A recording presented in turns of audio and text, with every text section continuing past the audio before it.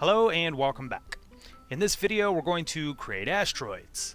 You see, we're going to in the future have a spawner bouncing back and forth that's going to be dropping asteroids. But right now all we have is a sprite of an asteroid. It doesn't move or do anything cool. So we're going to build it in this video and make it move and rotate and then save those settings as a pre-built asteroid. That is called a prefab.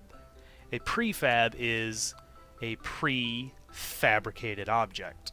It was created ahead of time and it saves all those settings. So let's build that asteroid. In the Playground Project Space Chicken Edition, open up the Sprites folder, then the Sprites for Space Chicken, and then there's our asteroid. Now, I can drag this anywhere in the scene or into the hierarchy. Doesn't much matter because we're just building it here, and then it sounds backwards, but we're actually then going to delete it out of our scene. It'll make more sense in a second.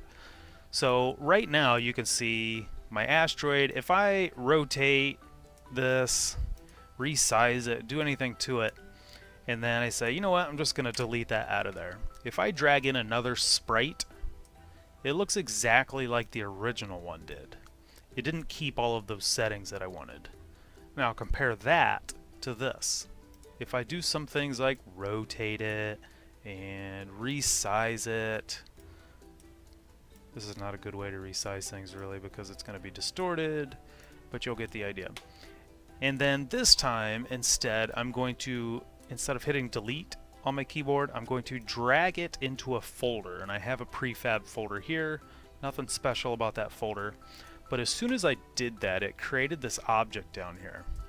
It looks like a little package, a box, as if things have been boxed up and packaged, ready for later use. That's a prefab. Now if I delete this out of my hierarchy, it's gone, right? Well, I still have the sprite down in the sprites folder, but I don't want that.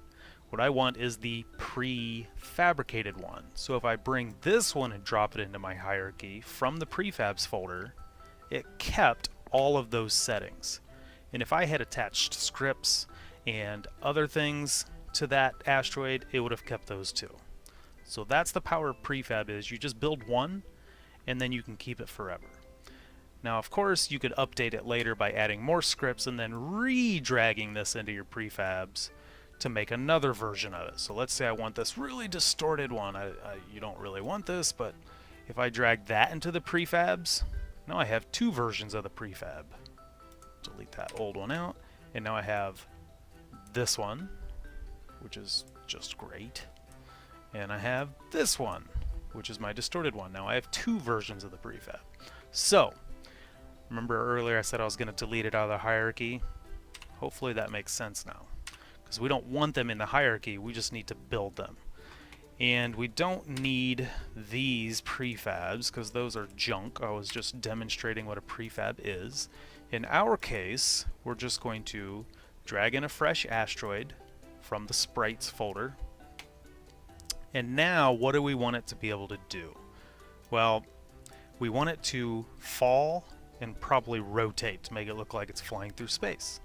So we go into our scripts, and these are actually Playground Project scripts. So under movement, there is the auto move. I want that one.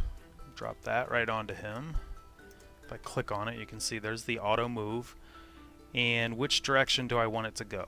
We're over in the inspector pane here. X, positive 1. That would be going to the right. I don't want it going to the right. So I'm going to be setting that to 0. I want it to be going down, or a negative, let's say like 8. Hey, the little arrow popped up that says it's going to be going that way. So that looks good. We'll start with that, and I also want to do a rotation. So I'm going to drag that onto the asteroid. And so rotation speed 5, sure. Let's see what that actually looks like. I'm going to shrink him down just a little bit to like 0.5 for the X and 0.5 for the Y. There you go. So it's not completely huge. Let's just hit play. It's not going to hurt my chicken or anything, but I am going to be able to see it go by. Whoa! That was kind of crazy. It was heading way too fast. And I don't want this check marked relative to rotation. It was spinning and going in the direction it was spinning, So that was a bit much, and let's make that like half as fast. Let's play that now. Now it should just be whee. Alright, it's still pretty fast, but the rigid body, it's using gravity. I actually don't want that, and so that's why it was accelerating past me so fast. So let's take that off, and I'm going to make that like -2. Let's see how that looks now. So I took the gravity off. That actually looks pretty good. Nice. So now I have the asteroid I want with the rotation and movement I want. It's the size that I want. I need to save that prefab. Okay, so to create the prefab again, I'm going to drag it from my hierarchy into the prefabs folder. Okay, there's my boxed up asteroid with all of its settings, so I can delete this one because we're not going to drag in a whole bunch of prefabs. The spawner is going to be creating them for us. Okay, so it looks like we made no progress this video, but we did, because you learned how to make prefabs to save for later, and then now we're ready to make the spawner that's actually going to be creating those asteroids and tossing them at us, and they will now automatically move because they're a prefab that we told it to. So don't be discouraged, we made a lot of progress. You'll see in the next video.